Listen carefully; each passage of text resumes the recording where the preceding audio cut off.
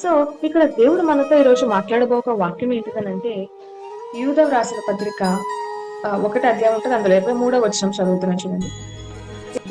ఇక్కడ నేను తీసుకున్న ఒక మాట ఏంటిదనంటే, అగ్నిలో నుండి లాగినట్టు కొందరిని రక్షించు.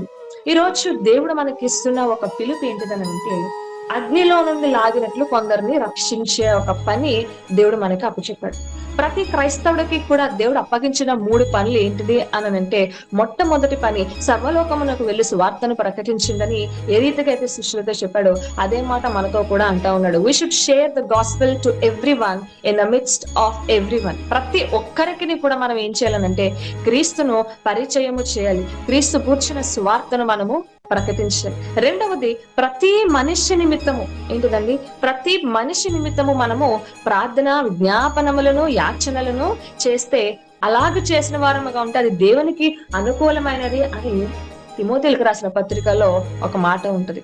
మొదటిది ఏంటిదనంటే సువార్తను ప్రకటించాలి, రెండవది ప్రార్థన చేయాలి, మూడవది ఏంటిదనంటే కొందరిని అగ్నిలో నుంచి లాగినట్లు వారిని రక్షించాలి. అదే ఆత్మల కొరకైన రక్షణ.